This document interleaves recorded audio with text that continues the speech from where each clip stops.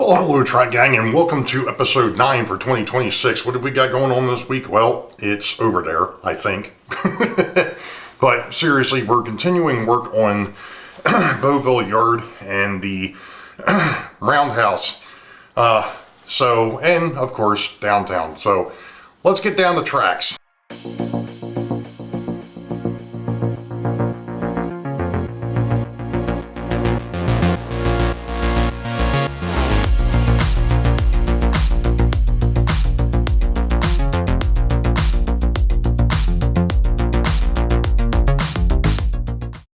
Okay, so episode 9, 2026, happens to be February 22nd. Tonight is Sidetrack Sunday. By the time this comes out, if you didn't catch it, go back and watch. It's Bob over at PK&W Modelworks, and he had a survey up, and the survey seems to be rather interesting. So we'll see what that looks like tonight, or at least at some point. Sorry, I was adjusting the camera. I'm loving this tripod roller. This thing is nice. Anyway, this thing has become the bane of my existence. Let's go ahead and just get to it. So I did decide, because the Roundhouse was raised, or had the raised point to it, I decided to go ahead and cut out the Homosoap, which I forgot is a pain in the rear end. It's compressed paper is what it is, but oh my gosh, what a pain in the rear end to try and cut. At any rate, what I've done is I have taken this area and I've recessed it, and I've gotten it leveled. One of the things that I had completely forgotten about is that this area here was pieced. It's only 2 foot deep, and then it goes over into the 4x8. And having the foam or the Homosoap up here leveled it out. Well, when you take out a section of the Homosoap, obviously now you've got to deal with, especially where Roundhouse bay number 3 is going to sit, is between the splits, because you've got the spot for the turntable, then you've got the other 2 foot section, and then of course you've got the 4x8 on the opposite side. And for whatever reason, they all don't match up. Of course, that would be too daggone easy, and I had completely forgotten about that. I got it straight. I got it leveled. It's a little interesting at the moment. I did just go ahead and get myself another piece of wood that I'm going to cut in the pattern here, and then I'm just going to shim the whole thing. I think that's going to be easier. So the base will be one piece, and then the Roundhouse will sit on it, and then underneath of it will be the shims, which I just bought as well. I've got shims up underneath of there now. It's not enough to do what I want, or to make sure that everything is stable, but I laid the tracks in to test it, make sure that I didn't have any type of undulation, and I'm good. So that took care of that. Now, obviously, when I cut this thing, and it's cut a bit bigger than the actual Roundhouse itself, I am going to have to come back and do some fill. I'm not sure right now how I'm going to handle that yet. Haven't gotten that far. The first thing was getting this thing in here. I'd already, as you can tell, I cut that one section back so that and I really had to take some measurements. I rolled cars past it and realized when I first cut it, it was way too close to the tracks. It would have hit. Now I feel as though I'm in decent shape. I shouldn't have a problem over there. I've cut out the trusses. And of course, I realized I should have cut 4 or printed 4, and I only printed 3. So these are the back portion, and then these 3 are the front portion. So I've got those printed out now. I printed out the one wall for back there. However, I am going to have to obviously modify this to get it to the work over there. Not a huge problem, but it does need to be modified. And of course, cutting PLA once it's been once it's been printed, that's another task in and of itself. I'm quickly finding that out. But at any rate, that's taken care of. So the next thing is I want to finish printing everything out. I want to take measurements, make sure that everything is good. And then obviously the next portion of that is going to be actually painting it. And then once it's painted, then I can start assembling it. So that's not going to happen this week. It may not happen anytime real soon. I just wanted to see what this looked like. And I'm happy with the base. I really am. I'm really pleased with how this thing is turning out thus far. But yeah, we'll just have to see how the rest of it plays in once we get there. But yeah, like I said, I only printed 3 of these, and I think I was supposed to print 4. So it'd be 1, 2, 3, and then the 4th one over there that I'll have to cut down.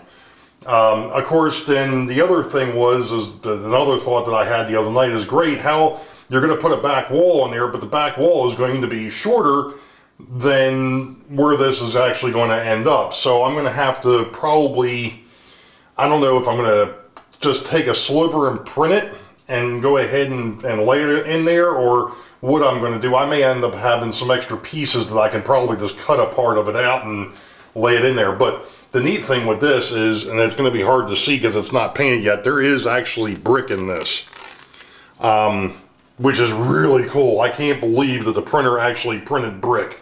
That is awesome.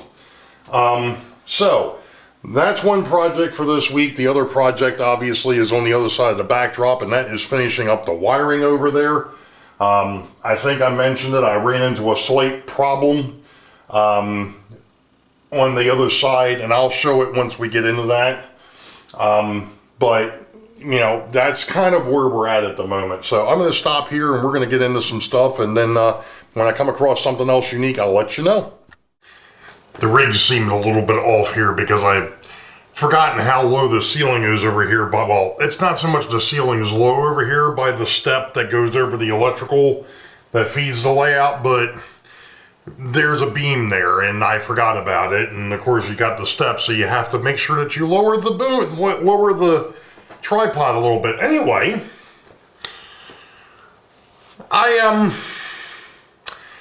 decided to take on a slightly different endeavor while I was over here working on the wiring. Now, let me go ahead before I get into that. I want to bring you up to speed on something that I noticed the other night, and it was an oops, but it was fixable.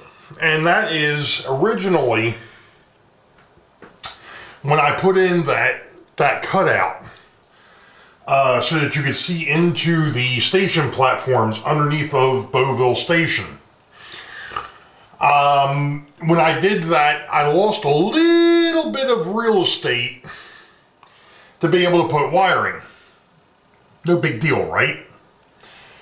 With the exception of the fact that if you have to take this apart, and if you've noticed, as I'm building this, I'm building it so that I can take it apart if I need to do other wiring, to fix derailments, so on and so forth. Great. To get from the north end of downtown to the south end of downtown was going to be a problem, because the only space that was left was where the cutout was, so that you could see in the Boeville Station's platforms underneath. So what I decided to do, because of the fact that I didn't think about it until the other night when I was going to bed, I'm like, oh, you know, aha moment. You've got a splice point on the other side of the backdrop over here that goes for the northbound on that incline. It's a perfect point to go ahead and bring a feeder line or a bus line over to be able to feed the south end of downtown.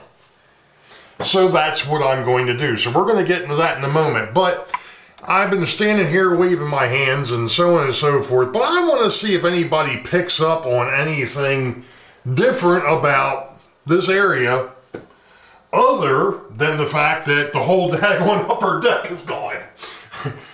Ah! The upper deck is on a folding table over there.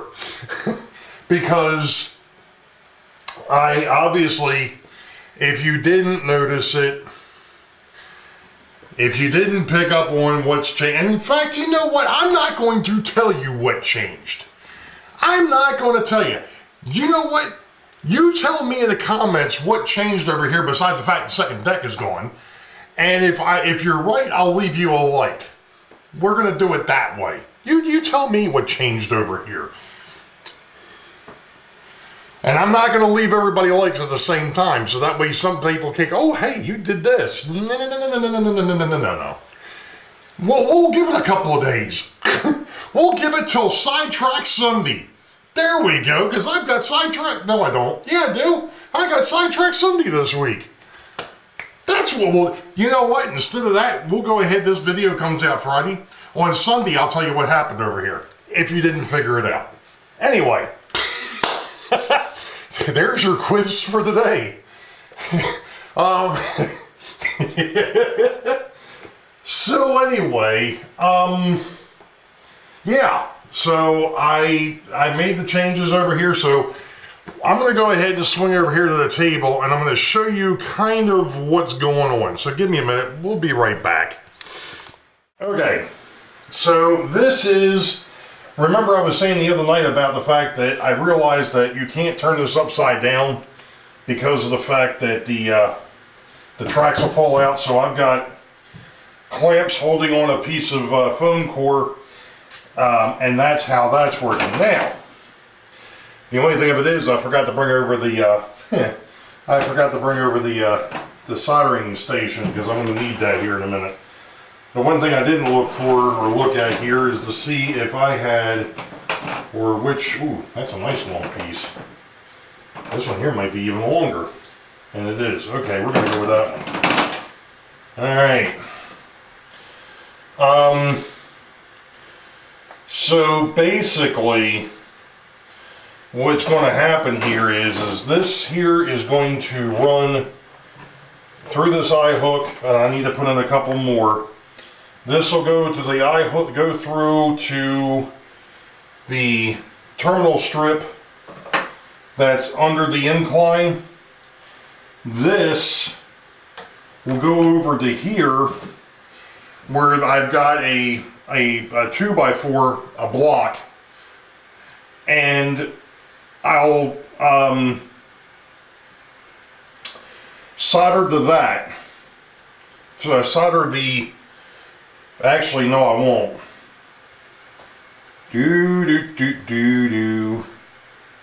Now we'll go ahead and it'll be the other side that'll get, no, both of them are going to have to come loose. I'm sorry.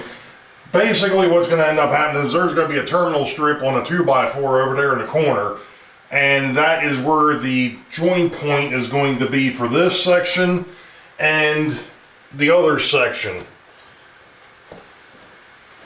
Not that one, but this one.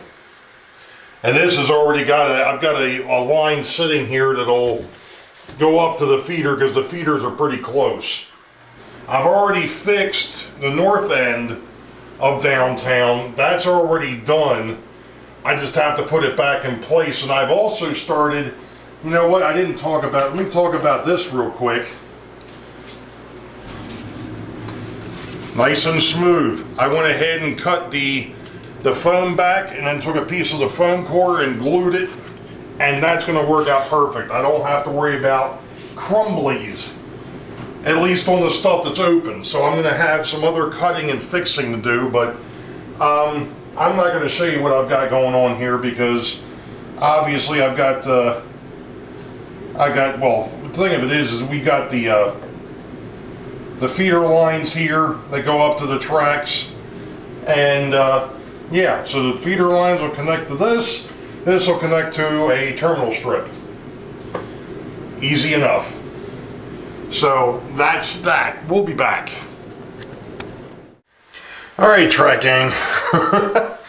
Well, we're about ready to call this video, but I did want to bring you up to speed on a couple of things. We're obviously behind what would be the non-visible portion of the layout. I have not reconnected the wiring for the different spots back here yet because of the fact that I'm, if you notice, there's blue tape there, over here. That is holding foam core in place that I glued in to kind of help with the crumblies. I think we kind of talked about that in the last video. I finally did break down and put the foam core where the crumblies were definitely a problem. So that's taken care of now. So I have to, like I said, I have to pick it back off, pull the blue tape off and go from there. So that'll be done, and then I can wire or reconnect all the wiring, and I'm going to do something that I'm not sure where I saw it, but somebody had mentioned about going ahead and checking your wiring as you're going along and doing stuff to make sure that you're not causing a problem. So I've kind of got everything lined back up, but I want to make sure that I didn't wire something backwards or what have you. So anyway, that was the incline piece. And over here, we've kind of got the same thing. So I got blue tape here. There's a piece of foam core that's dividing this. So that's all taken care of. I've got another two pieces over here on the north end of this. Like I said, I've kind of got everything back in place, but I do need to pick it back off so I can do the wiring portion of it. And then next thing on the list is reconnecting the rails where the splits are. And then after that is going to be cleaning track. Now, I'm going to stop here for a minute so I'm not causing too much hate and discontentment. So we'll be back in a minute.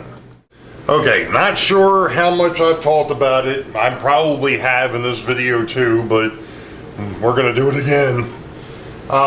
So, ignore the bag of track.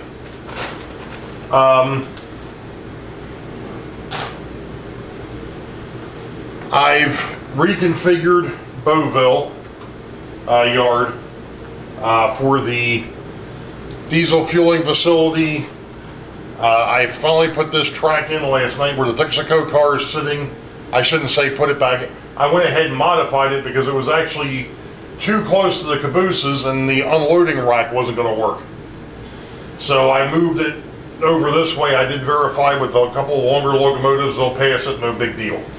Now, I still have some work to do over here on the diesel fueling facility. I have to re-glue a couple things.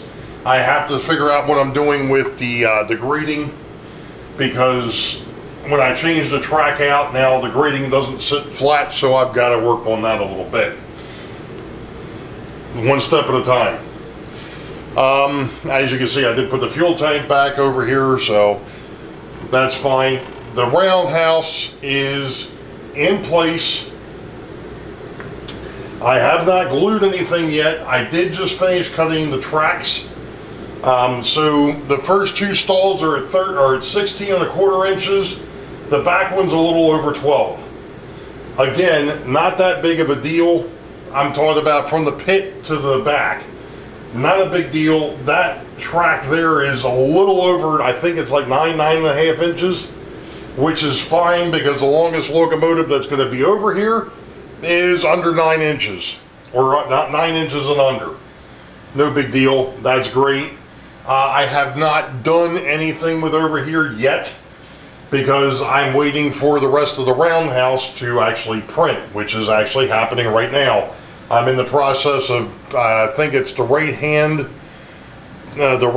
wall, outside wall is being printed, which is one that's going to have to be modified, but that's okay.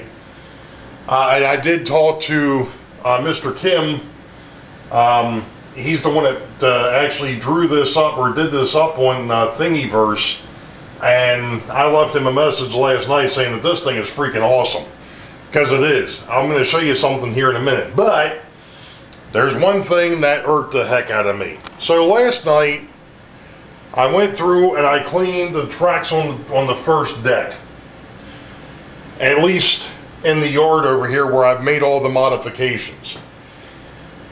And I knew I tested 1, 2, or at least, yeah, 1, 2, 3 turnouts before I put them in. Yeah, well, this turnout, it's dead on the divergent leg. There's no power. So I have to take it back out, and thankfully I've got some turnouts that came from Grandpa Rails, JD. So we're going to be replacing said turnout with another turnout. I'm hoping that it doesn't cause me too much hate and discontentment and it lines up the way that the other one did. If not, I'll have to make some minor modifications. So I've got to replace a turnout. And then once that's done, then I can start working over and on the roundhouse a little bit more. I'm obviously not going to bother tacking the tracks down for the roundhouse yet, because that needs to be glued and it needs to be painted. So the other tracks that are outside of that, there's actually one on the back side here, and then there's 3 up there. One of those will be a storage track for, like I said, wheels and things of that nature. One of them will be for the rail bus, and the other one will be for the EC1. Before I go any further, this is what has been printed out so far. Well, this isn't the only wall, but this is one of the walls. This one here is the center. And as you can see, I'm hoping it shows up. I mean, there is some unbelievable brick detail in this thing. My Anycubic is doing a wonderful job printing this out. So, and the detail, like I said, is ridiculous. So I'm really happy with it. Of course, I've gone through almost a full spool of filament doing this, but you know, it is what it is. Now I get the joys of going ahead and once all the parts print, taking this thing off of here and taking it back to the spray booth and, you know, airbrushing the heck out of the thing. Which there is one other thing. I don't know if I've talked about it. If I have, you'll have to pardon me. I don't go back and watch these before I upload them. I did get another piece of wood for underneath the roundhouse, because when I cut this, it's pieced together right now, and I want one solid piece, because I'm going to have to, in order to get it to line back up with the Homosoap. So, like I said, because of the fact that I went in that direction, now the hole's a little too big over here for me to actually be able to fix some of the issues. I mean, there's quite a bit of a gap on the front side here. There's a bit of a gap on the back. I'm probably going to go ahead and either put some spackling compound on there, or I might go ahead and use some plaster. I haven't decided which way I'm going to go yet. Either way that I go, I've got to go ahead and make that piece of wood that's underneath that underneath that roundhouse one piece. Because what my other thought is too is, if I do that, then I'm going to mount the roundhouse to that piece of wood and it'll come apart as one piece. So we'll see. Obviously, if I do what I was just talking about, where I go ahead and put plaster or something on there, I may not be able to do that. So I might have to come up with a different plan. We'll figure that out when we get there. The first thing is going to be getting this thing built. That's going to be a beaut, Clark. But anyway, so like I said, all the wiring is now done on the second deck. The next thing for it is to go through and clean all the track. I'm still debating on how I'm going to do the switch out, because of the fact that we've got, when we start a session, there would be two streetcars in the south end and one at the north. One of them will leave, go north. The one that's north, once that streetcar gets, the one from the south gets all the way north, then the one that's north would turn around and come south. Then the second one that's down here at the south, after the north one ends up there, turns around and goes out. And then the one that was up there that ran up before now turns around and comes back. So it's a flip, it's a constant flip-flop. Or a flip-flop, whatever you want to call it. I think I've got the parts to do it. As far as going old school here, relays and SPST momentary switches, but we'll see. There might be obviously there's other ways to do this, but I just haven't sat down and played with that. Regardless, I pulled a muscle or something in my shoulder. I saw Doc tonight, and yeah, he was like, yeah, you definitely screwed that up, so I have to watch how I moved left arm. Any rate, Sidetrack Sunday this week, my channel. Yes, I know it's March the 1st. It should be John number 2. It's not, because John is on hiatus until probably May. So, and you're going to get me twice. You're going to have the privilege of seeing me twice this month. I think I've got the 1st and the 5th. The 1st Sunday of the month and the 5th Sunday of the month.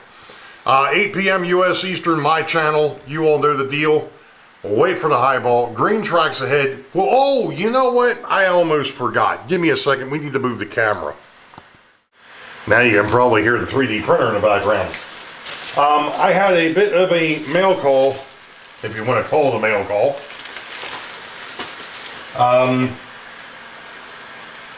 I ordered up some, my hand's in the way. There we go. Now, what in the world are you planning on doing with that? There's a future project. Let's just put it that way. So again, Sidetrack Sunday, my channel, March 1st, 8 p.m. U.S. Eastern. You all know the deal.